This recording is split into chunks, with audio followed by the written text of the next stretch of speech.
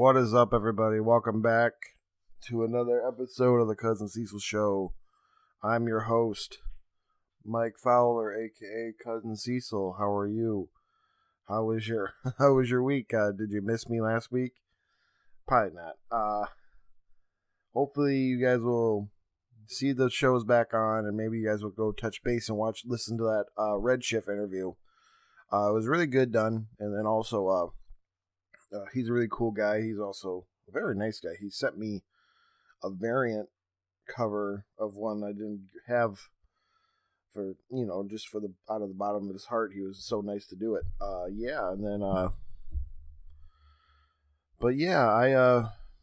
As you can understand, I was on vacation last week.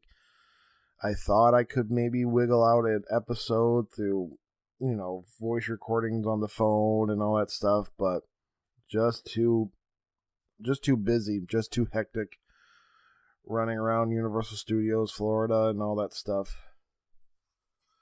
I liked it. I know I'm sounding like that. It made me learn a lot more about myself than anything about going there, and then also the drive. Oh God,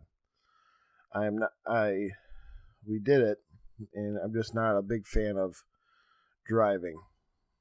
I wish the rest of the party would fly, but that's here nor there. But yeah, I've learned also, Orlando is a very shitty style of setup, like the roads and stuff, but also it's my first time ever being in a maybe a real metropolitan area. Like Detroit's different, I think, in my eyes. Like Detroit does have one ways, and I understand that, but I think that Florida is definitely my first spot of which again Detroit is too, because of when I say I've been in Detroit, I've been only into the region where the football or the old Joe Louis Arena was. So that is a section I'm going to say about Orlando. But Orlando is so fucking huge. You go in it's just a little bit too much for me. Maybe it's for my old country bumpkin mind. It was just too much. And then also but yeah, it was. But I had a fun time. Islands of Adventure is awesome. Universal Studios is awesome. I just think I'm also one of the because they're like, hey, do you want to do one more day? And in my head, I'm like, no. I'm like an introvert. I was so content on the first day. I'm spent. But we did do it, and obviously it was still a fun time. I ain't gonna lie, it's not a fun time, but also my mental state of this. I'm done. I am spent.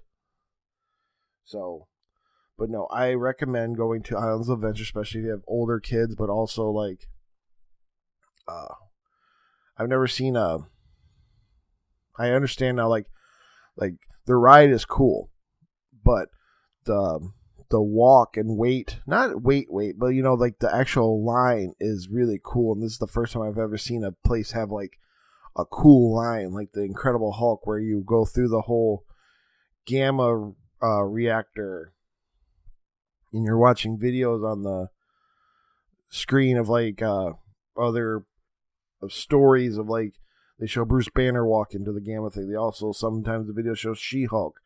Sometimes the Hulk, some are the other Hulks. I just don't know their names offhand.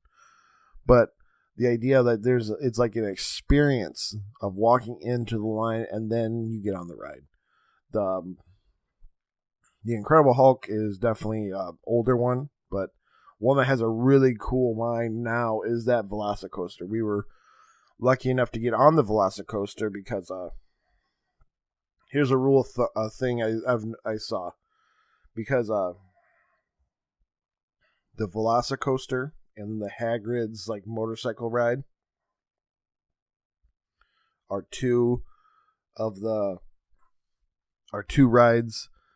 that do not use fast passes. So, one thing that was kind of cool was maybe also because I was from Michigan, so I was like, it was kind of cool to go there on an overcast or possible rain day.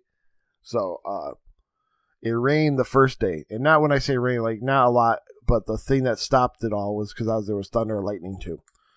But that only lasted for an hour, which is very weird in my eyes, because the second day it was like bright and sunny, and there was just a moment that there was downpour rain. But that's just how it goes, I heard, in Florida. So whatever. But no, so thunder and lightning the first day that we were focused on Islands Adventure day only. So we stopped and got food, and then we started watching because like obviously everything got delayed of like the rides. We got to do like Incredible Hulk already and shit, but then I started looking and I saw the Velocicoaster running without anybody in there.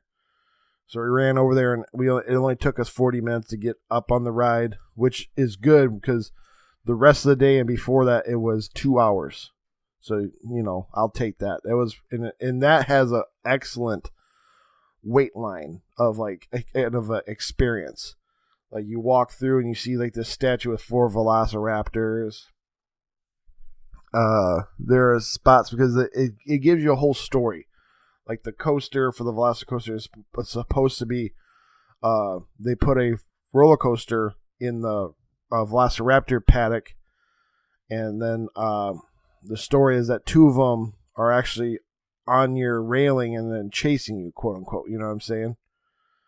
And you walk in, you also see all a bunch of Jurassic Park memorabilia from probably from the show or the movies or whatever.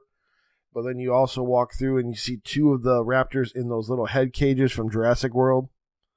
And they actually are moving, and they're actually like animatronic. It's really cool.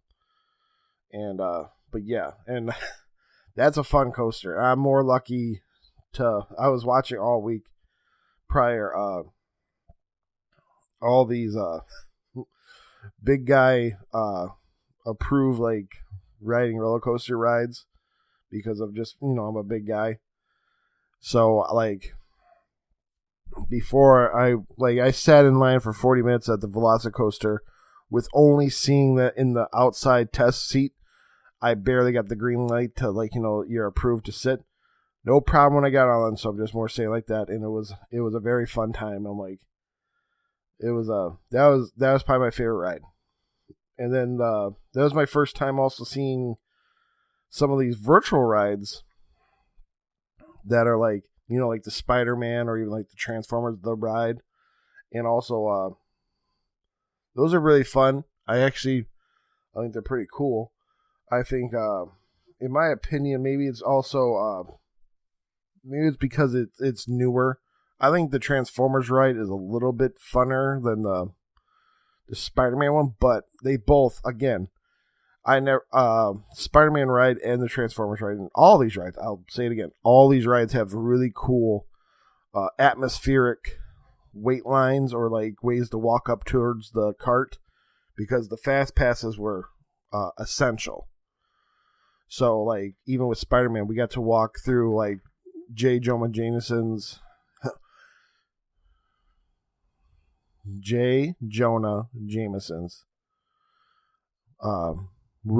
like his office, and like see like a newspaper, like fake newspapers and all these different like little filing cabinets with Easter egg names and stuff like Ditto or Stan Lee's name and all that shit.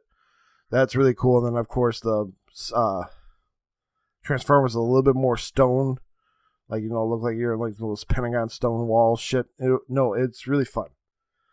But yeah, I recommend it. It was fun, and I also I just more would say if you're anywhere near this, get the fast passes. Those are essential. But all right, we'll go into what I've been playing, and obviously, kind of like that. Florida was what I've been playing, but also I came back and I was able to play a little bit of Fortnite, and then I also got to play I bought Yooka-Laylee, the double pack. I didn't play the Impossible Lair yet. I'm just trying to see the the bad reviewed I've saw of Yooka-Laylee 1, and I see what they mean. It's a little clunky. Even at this time, I thought maybe they would have had patches or something to help with improvements. No, it's still a little clunky, and I also wish, I do wish they had a little bit more guidance, as in like, all right, you got X amount of papers, go this direction if you want to finish it, or like, this is the way so you can 100% this level and then get the fuck out of here. It's just more, hey, you're in this world, enjoy. And like, I don't know what I'm doing. Like, even if I'm firing through text, it's like the idea of like, I have no idea where to do next. But it's alright. It's kind of like brain, it's just like turn off your brain and it's fine. What is it? But yeah, that's basically it for me. And then I guess we'll get into it, because also I'm debating on how to do this week's episode, honestly. I'm doing it in the middle of me talking right now. But let's go into gaming news. And honestly, after looking it up, I'm more happy. Like I didn't miss much, even on the off week, because this week also confirmed some of the off week speculations. So like, okay, like last week they had like, oh, is there going to be a Ghost of Tsushima spinoff show thing with a new blah blah blah? Or they also said that they think Ghost of Tsushima is going to be one of the next Sony exclusives that are coming to computer, which, yay. With this week's confirmation of another studio they bought with Nixxes, which is a PC port studio. Hey, it might be happening. Honestly, I really don't give two shits no more about if PC gets our exclusive games anymore. It is what it is, and also just money for Sony.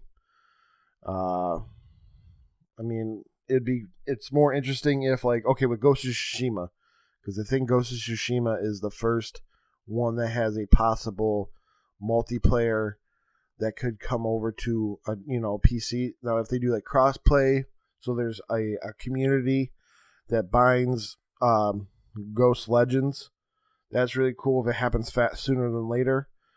But also, like, back to the speculation about, is there going to be like another spin-off Ghost game? They can do whatever they want. But I think the news actually rolled out to be that meant that the Ghost of Tsushima director's cut that was announced this week is real. It comes with a story DLC of a brand new island, which is opened up after Act 2, or during Act 2. You can go to the new island of Ika. I don't even have it in front of me how to spell, but it's like, I think it's Ikla, Ikla, whatever the fuck it is. New island, new perks, new armors. They're obviously promoting that the Legends, which was a patch, is up there too, so that's cool. And then it's going to come out August. And I believe it's $70 brand new. And then there's a little bit of a rickety road for even us who have the game already, which I wish they would get their head out of their ass and like kind of think about pricing. But so if you already own Ghost of Tsushima on PS4, you can buy the PS4 Director's Cut for, I think it's a $10 upgrade.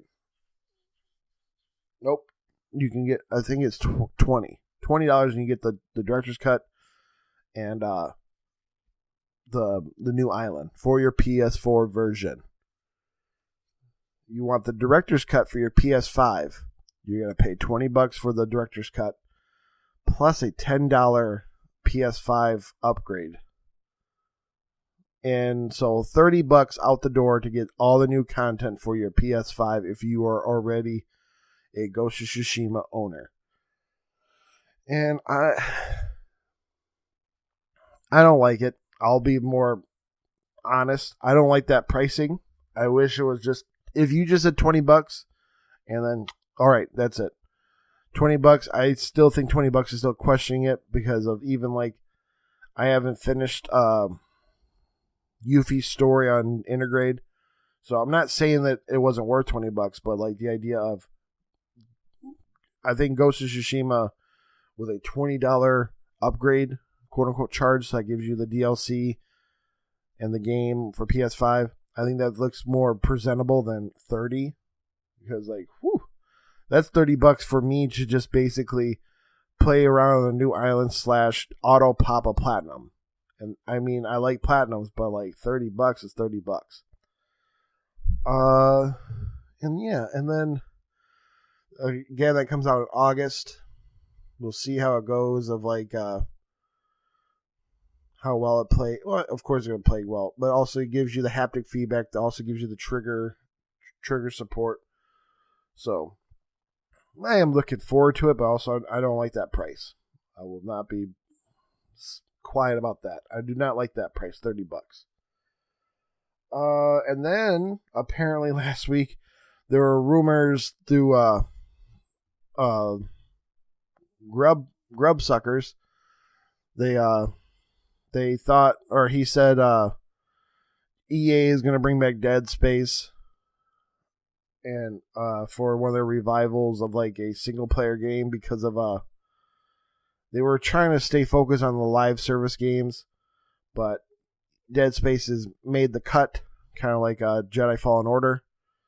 So, and then this week they kind of confirmed it, and EA didn't say it, I don't believe, all the way through, but like the confirmation now is like, yeah, Dead Space is coming. We just gotta wait for the EA Play presentation for them to announce it. It's going to be a built from the ground up remake, a brand new built from the ground up remake of Dead Space 1. I love Dead Space, so I mean, I can't wait to see what it looks like, or also like news about it whenever they officially say it's going to come out. Comes out whenever. So we'll look forward to that. And then also this week apparently id Software has kind of canceled the Doom Eternal's evasion mode, which was and is making a horde mode instead. But the invasion mode was kind of like have me, like I could jump into a friend's campaign and just be in there and then kind of shoot them and fight them during their campaign, which I see why they canceled it, because if they didn't do it during the launch window, like, who's playing the campaign anymore? Besides, I know that they just had the upgrade to the PS5, Xbox Series X come out, but like that was a big hit. So who's really jumping back in to play it? Especially since I downloaded it and they don't do no auto pop of your trophies. So I'm like, I don't know. But I digress. And then, but yeah, and then what is it? There's the new thing was with Konami. We have been going through, like, even the week that I missed, there's still no real confirmation of that whole Kojima blue box thing with Abandon. Besides the idea that they kept making videos with the guy from the studio that they just found out, like, his name. They had this guy come on and says, listen, sorry, we're not trying to tease you about it's not Kojima, but it's still the things in the air. I'm still going to say that. The plot of it could be in the air that Kojima is actually blue box games, but anyway. we'll go back to Konami with the news this week. Konami is definitely been apparently said they are open to studios using their IP and making new games with their IP. And one of them that they kind of highlighted is they have Bloober Team is partnered with them to make, everyone's assuming, Silent Hill. So that's going to be the Konami Silent Hill coming out. No matter whatever Blue Box or whatever Blue Box Kojima is, Bloober Team is now kind of almost confirmed that they are doing the Silent Hill with Konami. They've had discussions prior. You've seen tweets that said kind of like they've been honored to talk to them, blah blah blah. But yeah, that's cool. I mean, Bloober Team is the ones who made the Medium, so definitely they've been in the horror bag, and that's cool to see. And also, I'm excited. I'm excited for the Medium to finally come over to PS5. I also thought it was kind of funny. I got into a little, not even like that. Like we just did had like a tweet talk conversation real quick about like PlayStation and Xbox with old Donnie from PSVG. He said he's happy to see PlayStation people will play him. Like, buddy, if the game's good, PlayStation will be there. And he obviously listens to people that have PlayStation fanboys that are saying, well, it was trash on Xbox, I ain't going to buy it. But I highly doubt that is a vocal minority. And also, this is a vocal minority that the other vocal minority is the ones that say, I ain't going to play it unless it's on Game Pass. And then then obviously Donnie said, I've heard, I've never heard that, which I'm like, come on, man. But they said they have more games. People buy more games with Game Pass, or while they have Game Pass, I'm like, the only time they're only buying new games because they're buying for their other systems. They're not buying anything for Xbox. But hey, then we obviously finished it with the Medium. He liked the Medium, and he's a horror guy, so I'm really excited to see what the Medium is once it comes out in September, I believe. I know I got mid-range reviews, but hey, again, it's the guy's first time out the chute, so I'll give him the benefit of the doubt, and I'm looking forward to it. But yeah, and then I guess we can talk about like another PlayStation thing. They had some more accusations besides that PC port studio. They finally put Housemarque under their wing and said, hey, welcome to the family. So Housemarque is a PlayStation first party studio now. And that's great to see because they are well deserved. They what is it? Some people would have said they probably deserved during Resogun, but definitely seeing what they can do with Returnal. And now if they can get the same time frame and grace as some of the other studios, like even like Media Molecule that has just made a system, a design studio for like Dreams, and No One Bat an Eyelash in Sony. I think Housemarque can definitely bring out a really crazy banger that is not like it could be. Who knows? I'm excited to see their next thing with the project, and also having Sony to back them up and like just give them time and not having to like that. The fear of being a independent studio and not knowing if this is a risk reward shit. So, congratulations to Housemarque. But also one thing that also happened was Sony Japan messed up the picture. And they possibly showed the next accusation because it still hasn't been confirmed, but it's been so like when they showed it, everyone goes, well, that's definitely going to probably happen. Sony Japan said congratulations to Housemarque, but they also had a picture. Their picture was for Blue Point. the guys who created or the guys who developed the Demon Souls remake, and and they deleted it and all that shit, but obviously not fast enough for the internet. So there's a good chance Blue Point Studios will be acquired very soon and all that. And they're definitely the studio already in bed. They've been probably in bed longer than Housemarque for this accusation because of the rumored Blue Point is rumored to be doing a Metal Gear Solid remake. Because obviously that goes into then definitely how Konami says we've been stretching our IPs out to studios and developers already, and it'll be a very interesting. I really wish that goes into what we've been saying for months. I really wish PlayStation will be more vocal again.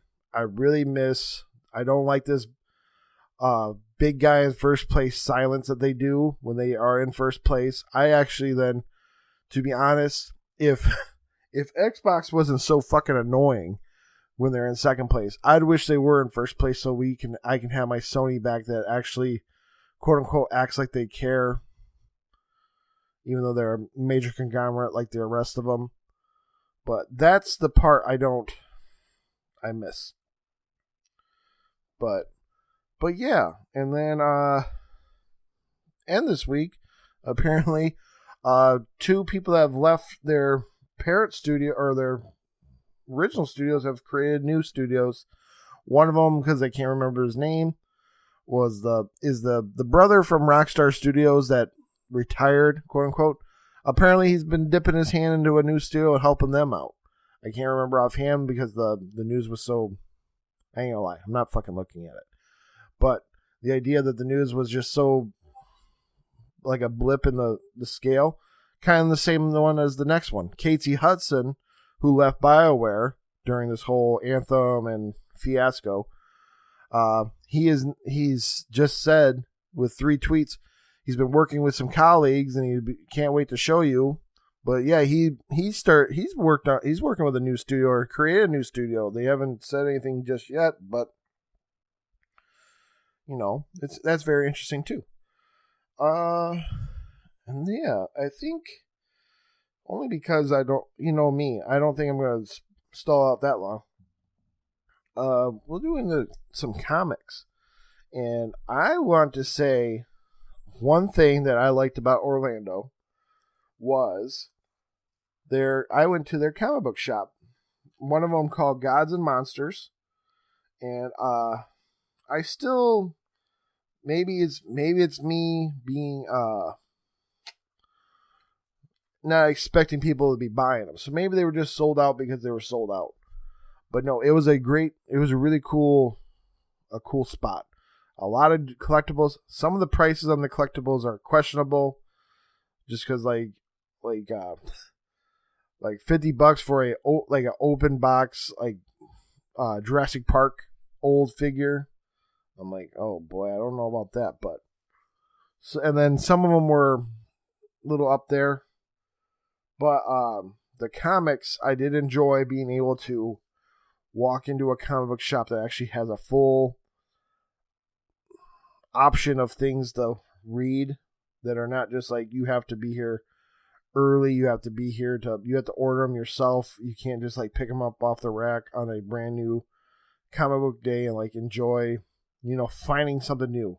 You have to be connected in the fucking comic book shop I have to go to because of being down or up here in this part of Michigan.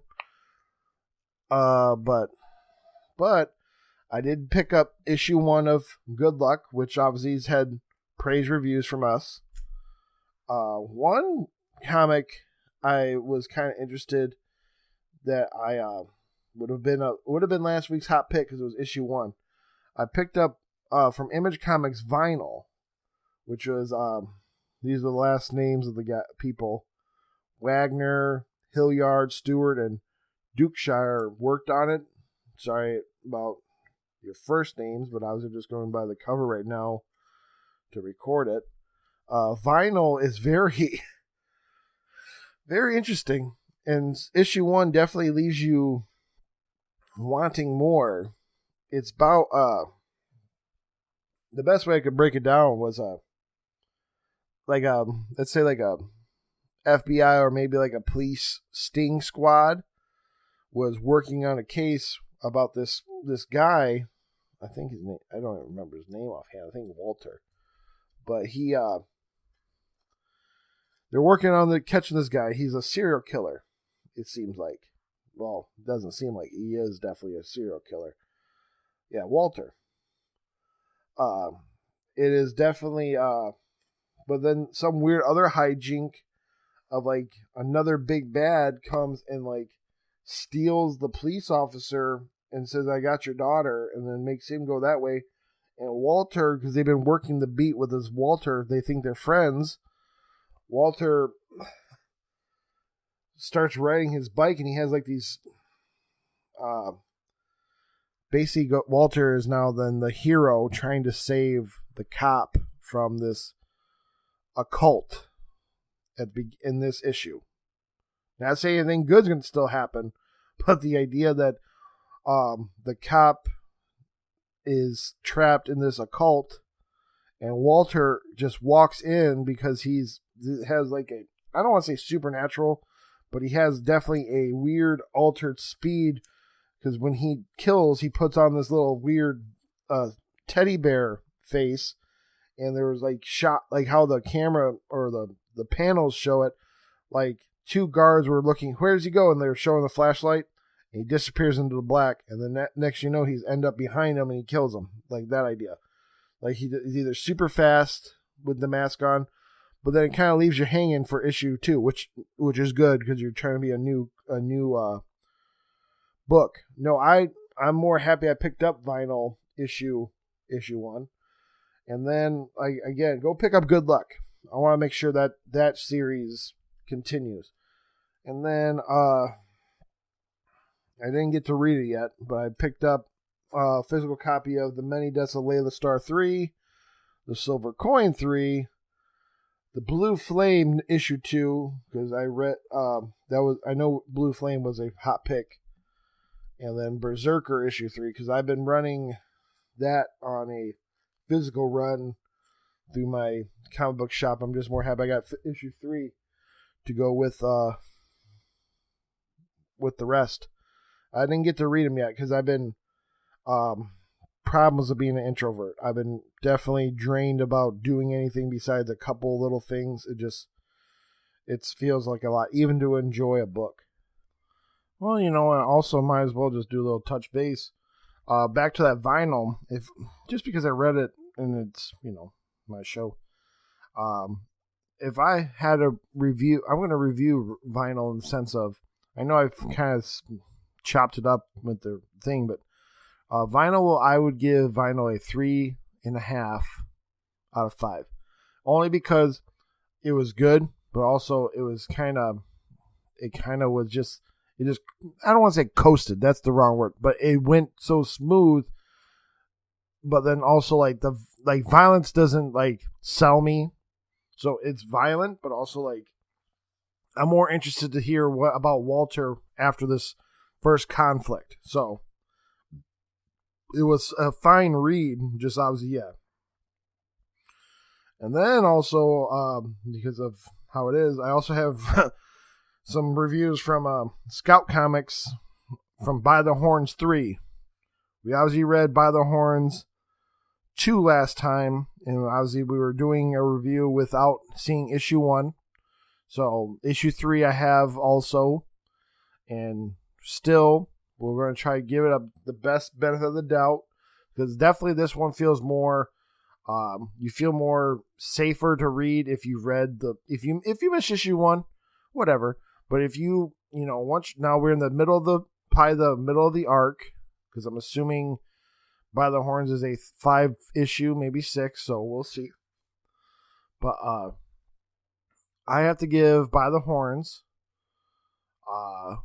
Well, let's back it up like we do. Okay. Here's the synopsis for By the Horns 3. After defeating the Western Wind Mage, Elodie and Sajin have a new mission.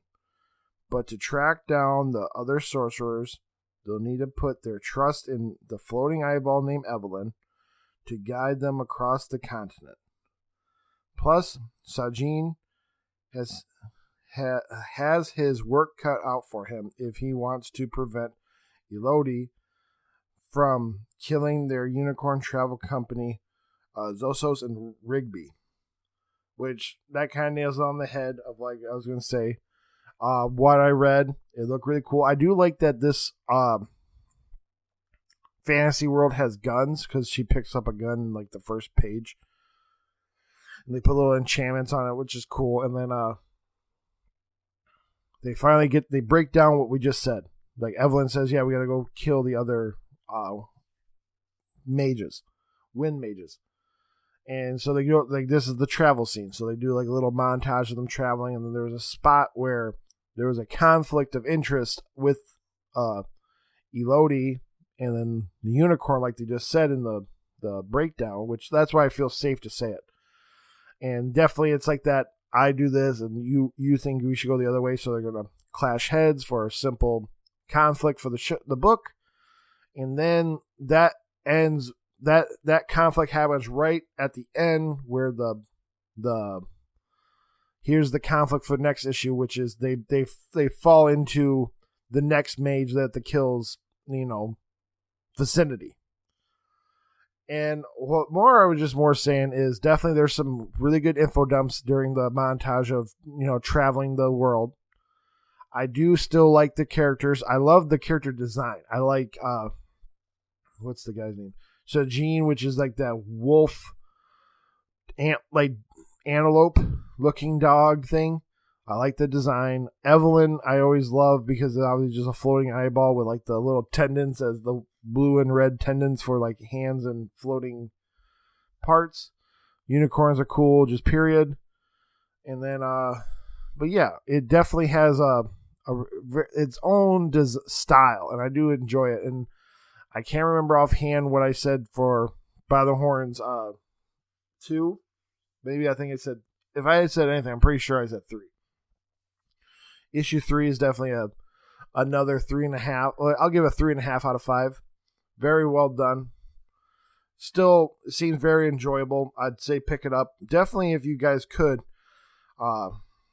Scout Comics, of course, has some really cool, like, they have some trickery with their digital comics I'll be more transparent about, but I do wish they were on Comixology. But they have some really cool series running through Scout Comics. Really go check them out. And then the last one, By the Horns, is also from Marcus Ed Nasso and Jason Murr. So give them the kudos that they deserve. And yeah, next one is the last one for this, is Midnight Western Theater issue 2, which is another Scout Comics, written by Louis Southard, artist David Hahn, and colorist looks like Kalman Androwski. So here's the little synopsis. Welcome back to the Midnight Western Theater. Brace yourself, for tonight's showcase is not for the faint of heart. Our hero, Orstinas Thomas, and her right-hand man, Alexander Wortham, had journeyed into the middle of nowhere for reasons unknown. The only form of civilization for miles is a lonely, in particular, church, but all is not as it seems. Find out if this house of God be their salvation or their doom in the next thrilling installment. All right, I read it, and I like it. We're going to give it a benefit of the doubt again, because it's the issue 2. Didn't get issue 1. But it seems I have no idea. I ain't gonna lie. I have no idea what is going on with the first 3 pages. It involves this little girl. shooting, bottles, and then seeing that her dad is being pushed around by these 4 guys. I'm not 100% sure about that, besides the idea of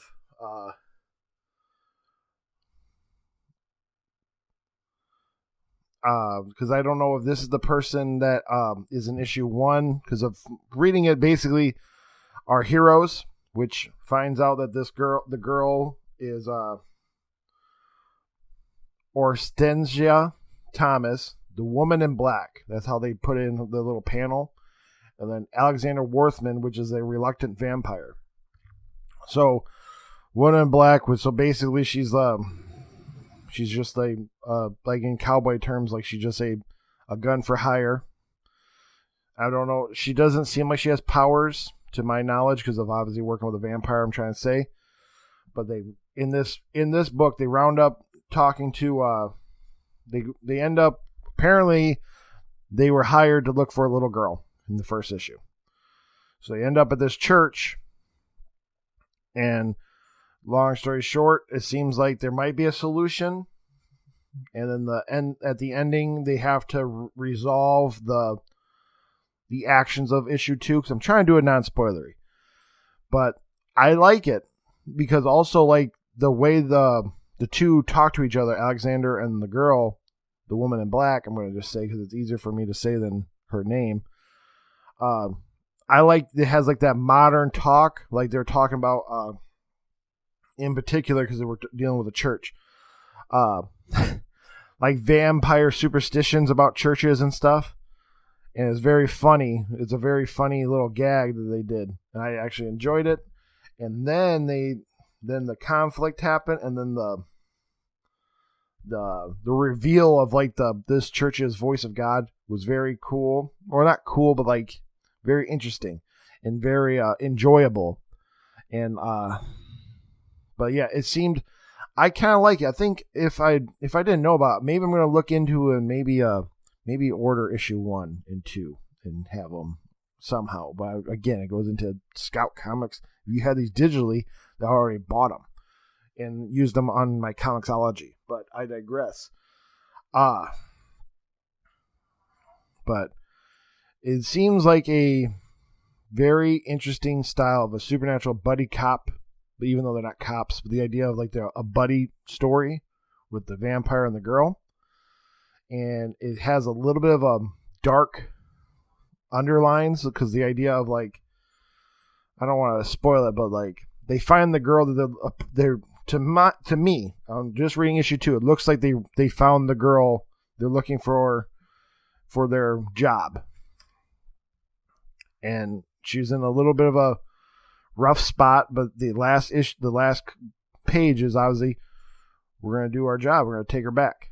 And then it ends. So it seems interesting. It's an old Western, but obviously with supernatural feats with vampires and shit. And honestly, with the first read, and then it's, again, this is up my alley. So I kind of like it. So I'm going to give it a 4 out of 5. Congrats on to the team, because obviously you're talking to, this is going to be a very odd review if they highlight it, because of like I said, I'm saying it for going in blind to a series, not being able to read issue 1 yet. But yeah, just more kudos to the team and all that fun jazz. And then, all right, and then I think that's about it for me, in the sense of, I can't remember, maybe if I do a quick little relapse on certain things I was looking at. But, oh yeah, that's what I want to get into. Because it goes into the hot picks. And it goes into my support of first issues, so it gets into obviously I'm going to talk about some first issues this week for hot picks like usual. But apparently Marvel has been doing they're going to revamp some of their X-Men series again, and they're going to have Rob Liefeld, which, if you don't know who he is the creator of Deadpool. He is also he was a 90s guy who got his fame through Marvel. There's no way I cannot say he's not a good artist. But just judging by some of the these side videos I've seen and all this stuff, I don't know if this was the right call in the sense of going to Rob for a story, because he is also a person, it seems like he's in the mindset of obviously old ways are good. And when I mean old ways, it like, how do I word it? He like, there has been two different styles of conflict, or like talking about like, hey, some things need to be highlighted better in comics, or all entertainment stuff. Like, we need to have more people of color. We need this and that. And like, there's also that Comicsgate. I don't want to put any words in Rob's mouth, but no, he just seems like he supports some of the Comicsgate theories of like the old ways were good, and not saying that is. I'm not saying because I don't want to put any words in it. I want to be a judge of his comic when it comes out, but just like I'm like, I have no idea to how to feel about him, because I want to support these newer artists and people who are nice enough to talk to me, and they are usually in that ballpark of like, we need to get some new blood into comics so we have some really cool stories. So the idea of going backwards and getting Rob to do a X-Men series, I'm like, I don't know if it's good, because it goes into like that. It goes with Brian Michael Bendis. Not in his thoughts, but the idea of when Brian Michael Bendis has now worked a deal with DC, he's been kind of failing in DC. He's not been doing that well with Superman when he was running Superman. That's why they switched him up. He created this Naomi, and they're running a show with her, but obviously there's only been 6 issues, not been that much after. She's doing Justice League now, so I don't think his mishaps have been hurting him. His name has been carrying to be able to, now he's running Justice League after Scott Snyder. So that's, you know what I mean? I think, but also I think he gets a pass by the big wigs because he's Brian Michael Bendis, even though he's doing lackluster stories. But I digress. Just more wanted to say for thoughts and all that stuff. And then, but yeah, for this week's hot picks, I think TV will be Rick and Morty season 5. I'm sorry, it's 2 shows back, but hey, that's how it is. For music, it's Wasting Time featuring Drake by Brent Faiyaz. And then for comics, for Marvel, Extreme Carnage issue 1, and this goes into also, like I said, X-Men 1, like the revamp. I don't know what happened with the Hickinsons, whatever his name is, but obviously know that PlanetSide X-Men 1 was like probably a big conflict which started this one. So, but X-Men 1 comes out, so it's another way to jump into X-Men if you want to read too. The team looks pretty interesting. Like, I saw Cyclops in it. X-23 is taking the Wolverine mantle for this. Rogue is in it, and like Jean Grey, and like and all that stuff. It looks interesting. Of course, let's see how it goes. For DC, only for like issue 1s, Batman Secret Files, The Signal issue 1. A couple independents like Image, Ordinary Gods issue 1, and Skybound X issue 1, which starts the whole little rigmarole of what is it? Skybound 10th anniversary books. And also just more highlight WWE's The New Day, Feel the Power issue 1 from Boom Studios, and then also from Dark Horse, He-Man Master Universe Revelations. I just want to say, because I know that the new series is coming out soon. There's, of course, go to your local comic shop, support them, find something new that you'd like to read, and all that fun jazz. But yeah, and then thank you guys for listening. Sorry for the 1 week pause, but hey, we're gonna keep it rolling. Follow me on Twitter at MikeFowler93. That'd be awesome. And then until next time, be good to each other, and peace.